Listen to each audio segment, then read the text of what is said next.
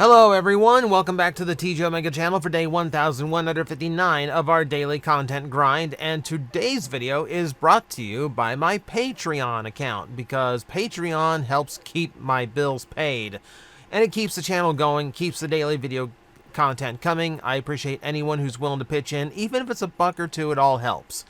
But one of the things that I was requested, thanks to one of my top patrons, was to just kind of talk about the Optimus Primes I've enjoyed over the years. Now, I do think that the top 10 of every year of the franchise kind of covers where my favorite Optimus Prime toys are.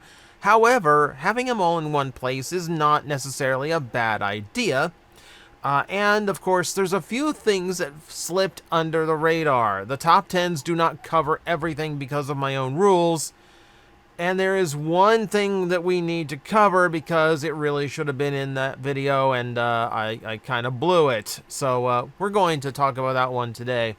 However, we have a bit of a ways to get there. We're going to start off with some of the Optimus Prime toys that I always defend on this channel, I always talk about. So we'll just get those out of the way so we can get to maybe the more interesting discussion points later on. How about that? And that's going to start with the Cybertron Optimus Prime. You guys know by now, if you've been following this channel for any length of time, you should know this is my favorite Transformer toy of all time. I love the look, I love the features, I love the super mode, I love everything this toy does. Is why I am so disappointed by the Siege version, and it's a very pale attempt to copy what I believe is the closest Transformers ever got to true perfection.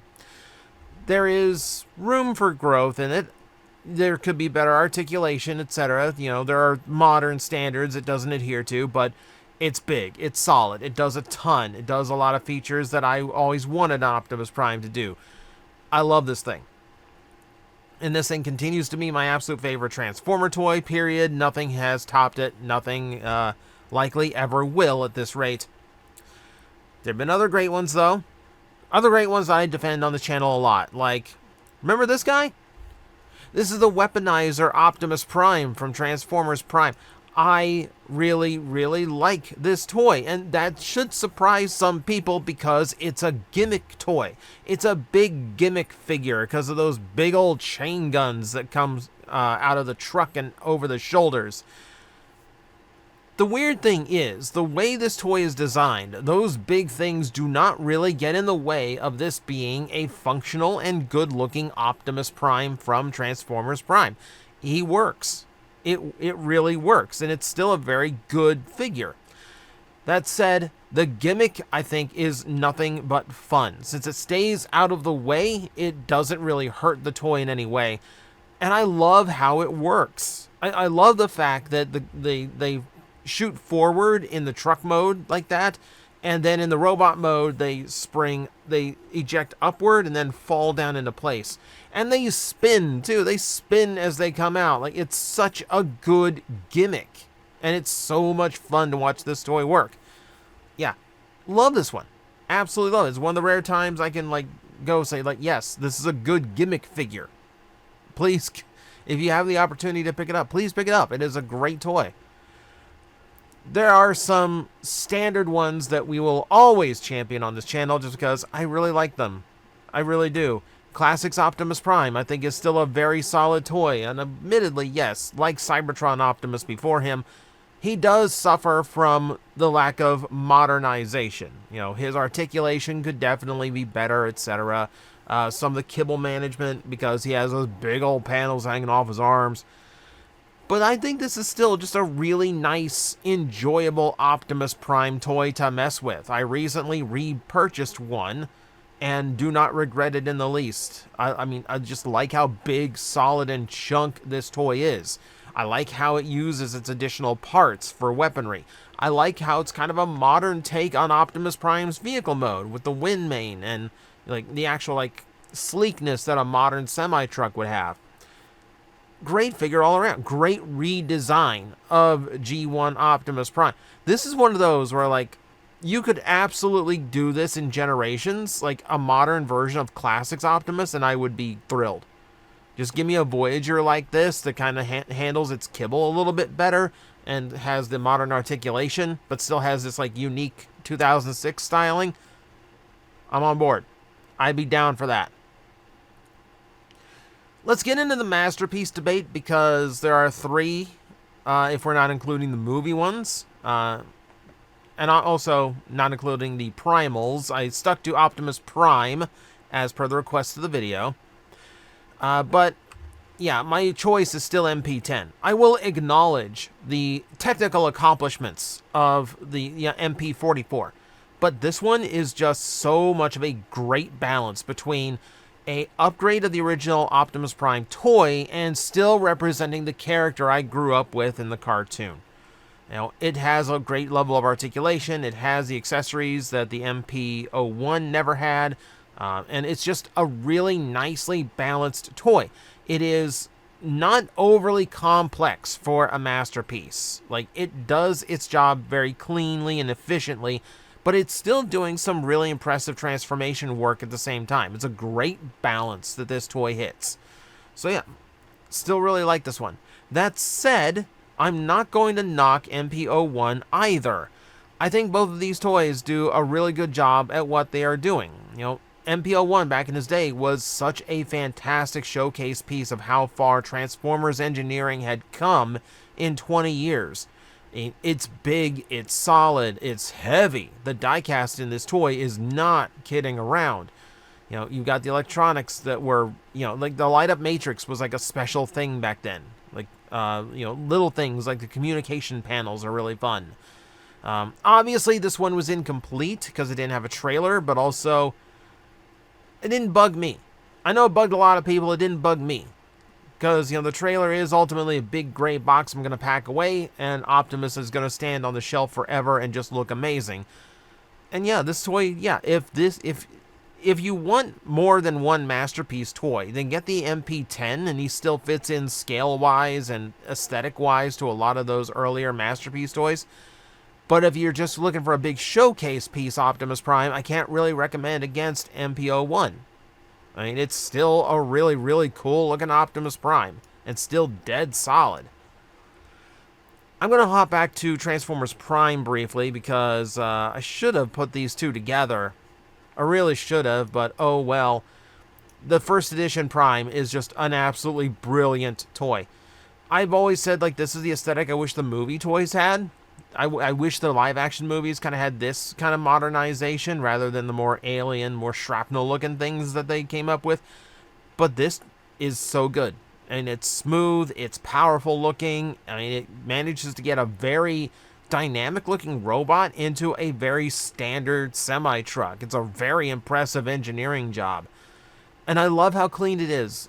Something you hear me talk about and refer to all the time is I love a clean-looking Transformer where everything just looks very smooth in robot mode, very little kibble, or the kibble it has wears very well, and that's what this one does. There's a lot to love. There's a lot to love. It made, like, by contrast, it made the mainline version of the character so much more disappointing, because the first edition just absolutely obliterates it. This is such a good figure. Just absolutely beautiful engineering on it. We're going to detour now into more modern Primes, and there might be some recency bias to them, but I still think they are very good toys, and they are Optimus Primes that I played with, and I immediately went, wow, okay, this is actually something special. Who remembers the Reactivate Optimus? This one is an amazing figure. We're probably never going to get to see the game it's based on, but the overall toy itself is really, really good. Shockingly good. Like, I was, like, astonished by how nice this toy was. Articulation's fantastic. Again, I like the modernized look to it. I like the more, like, heavy details and, like, the patched up look that it has, because they're supposed to be, like patchwork repaired, kind of. And then, yeah, it's a lovely little transformation scheme, too. I have a lot of fun transforming this one. It hits all the notes, and just really surprised me. Really surprised me by how this toy came out. It's just so good, so good. Even more recent, but took me by surprise. The Fall of Cybertron Optimus. Now, a lot of people are going to complain, oh, it's hollow, oh, there's a gap in the back. I don't care. This toy is huge in so many ways that I like. It feels good in so many ways that I like. The transformation on this thing is so smooth. It does... The contrast to the original Deluxe that tried to capture the look of this character, it's amazing how much more complicated that Deluxe was and didn't come as close as this one does to game accuracy. It's an incredibly impressive engineering job on Hasbro's part. And the only version of... Now, here's the thing. There was the version that came out at San Diego Comic-Con, which a friend of mine picked up for me. I still need to get him to ship that out. I'll have to get to that soon if you're watching. I'll get to that very soon. It's been expensive this month, the last month or so. New computer and all that. But that version looks like it also does something else that I really, really like an Optimus Prime to do. We will talk about that toward the end of the video when it's very relevant. But for the most part, I think I might actually like that version better than I like this one. But I will let you know when I have it in hand.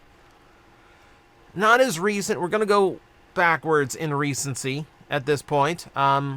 And this is where we're going to kind of get into the blind spots of the top 10 list, because I don't get to talk about repaints. If it's, sometimes the repainted version of an Optimus Prime hits me a lot better than the original. The Siege 35th anniversary. I thought this cell shading job they did on the toy was amazing. I think it's an extremely well done cell shaded Prime, done at a mainline budget. It's kind of insane.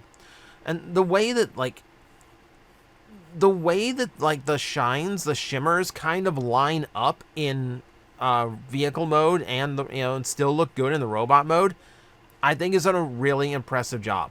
I think it's a very impressive job. It's just such a cool look to it. It's such a cool look. And Transformers doesn't do cell shading often, and I don't think they've done better than this since. My only regret to this was that it was done with the Siege mold. Now, I like Siege Optimus Prime as a mold. It does, overall, I think I might like the Earthrise a little bit better, but I think this one does things the Earthrise should have done. The only grievance I have with this mold being used is the fact that, it's based on a Cybertronian take on Optimus Prime, meaning vehicle mode is not animation accurate, even though it's doing an animation color scheme. Oh well, it still looks really, really good though. Still really like this toy. And we'll go a little bit farther back. We'll take another step back and we'll talk about the Power of the Prime's Optimus Prime. This is where we get into stuff I've recently talked about on the top 10 list, because yeah, I think this toy does a ton. It has like a super mode feel to it that Optimus Primes have not really had in a long time. I love the Orion packs being screen accurate. That was a first at the time. I love the combination method, and it gives you a reason to have the trailer, and it actually does something practical instead of just being a box you're never actually going to put a deluxe car inside. I'm not going to go on for this one too long because I did just talk about this. I did just kind of talk about this one, but yeah, I mean, it's definitely a favorite. It definitely feels good. I will admit, I have the Nemesis version. I keep the Nemesis version to mess around with it because I don't need it to be a big Optimus Prime. I got plenty of those, but I still want to keep the play pattern around, so I've got the black repaint. And sometimes the black repaints just end up looking better. They just do. I love this thing. The primitive skateboarding, the Shredicus Maximus version of Optimus Prime, this thing I love. I sold mine off when I needed space and needed money, and I really regret it because this thing, it looks so good. It looks so good, the black with the gold trim. There's been several Optimus Primes in the past that have been black with gold trim, and they all look absolutely gorgeous. Those black Optimus Prime repaints who aren't Nemesis, write that down. That's a video idea. We need to go over those at some point because there's quite a few. It'd be a great little informational to avoid confusion for a lot of people. But no. Like, the Power Master Prime mold is okay. I still have the Takara Super Jinrai, I believe.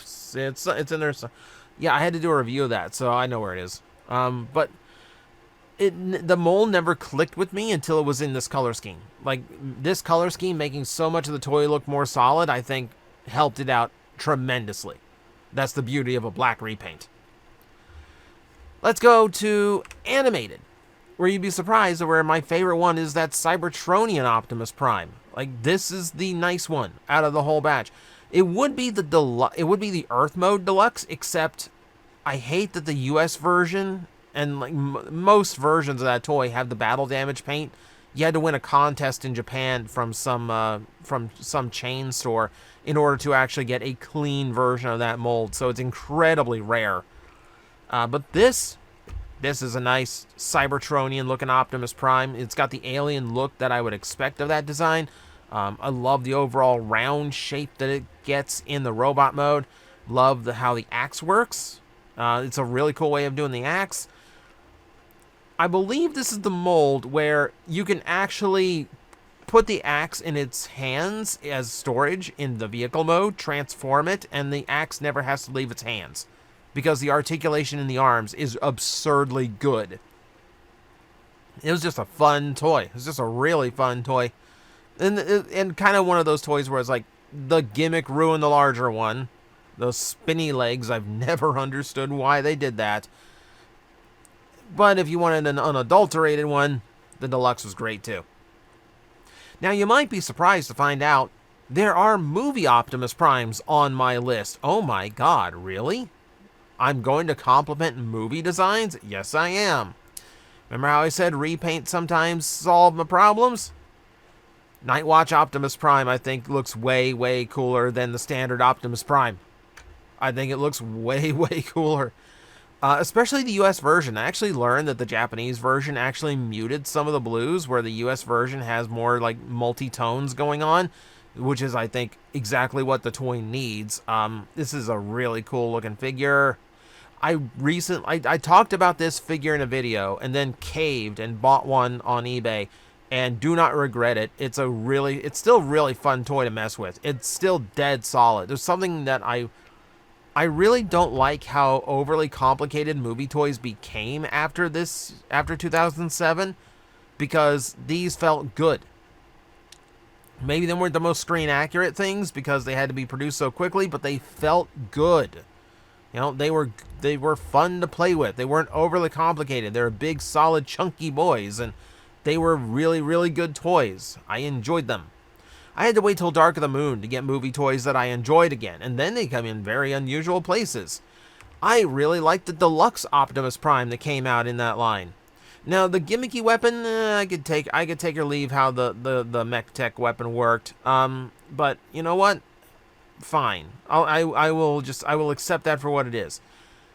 I am shocked that we went from like Revenge of the Fallen, where like Optimus Prime had to be leader size and incredibly complex in order to get a screen accurate version of him, to just a couple years later where we can get screen accurate looking robot mode in a Deluxe without the parts cheating, by the way. Those are the actual windshields in the chest. And yeah, like it cheats and it's got kibble on the back, but it looks really nice. Like, it's a really fun little figure that's not really doing anything wrong. And I was recently reminded, it's all like with the whole like the current Deluxe Optimus thing going on, like the Devastation Optimus they're doing for Gamer Edition Studio Series. I was reminded it's important to have Deluxe options for these big characters, so people who can't afford the giant, 86 Optimus Prime can actually enjoy new versions of, the Transformers main character. So yeah, like I completely understand why figures like this exist, and it's necessary, and so we don't dog it. And I think this one did a really, really good job. I really had fun with this toy.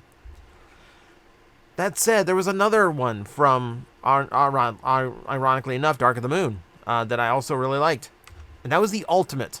And the Ultimate was a big gimmicky figure, but again, it was an Optimus Prime with an old school super combination. The version I had and the version I prefer is the Year of the Dragon version. Yes, it goes against the traditional gray truck, and I will admit that one still looks fine. But I like the color coordination in this one. The fact that all the parts, including the wings, are red and blue. I think it looks more like a super Optimus Prime when you put everything together. Yeah, and it's just a really nice, like, old-fashioned super mode Optimus Prime, the likes of which are getting very, very rare.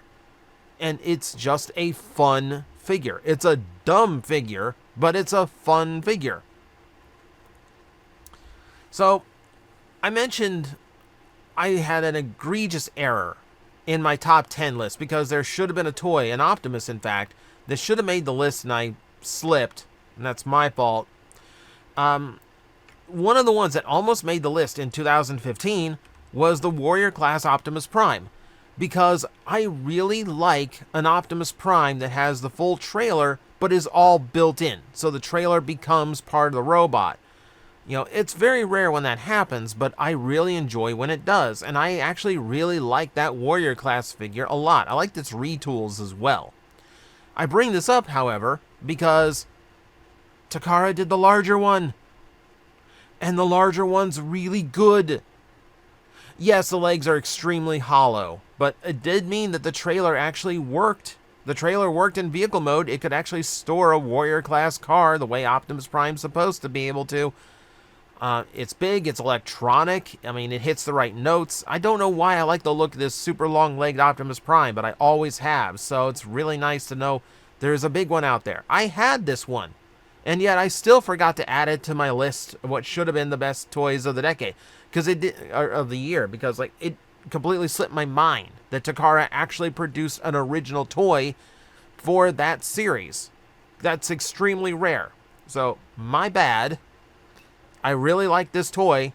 I should have added it to my list. But with that error out of the way, I'm going to close off this video, and you're free to leave comments in the comment section below about what your favorite Optimus Prime toy is. Remember, this list was about the toys, not necessarily like the depictions or the overall designs, just what toys did you have fun messing with? Simple as that. So, there you go. There's your comment assignment for the day. And as always, thank you very much for watching. I will see you next time.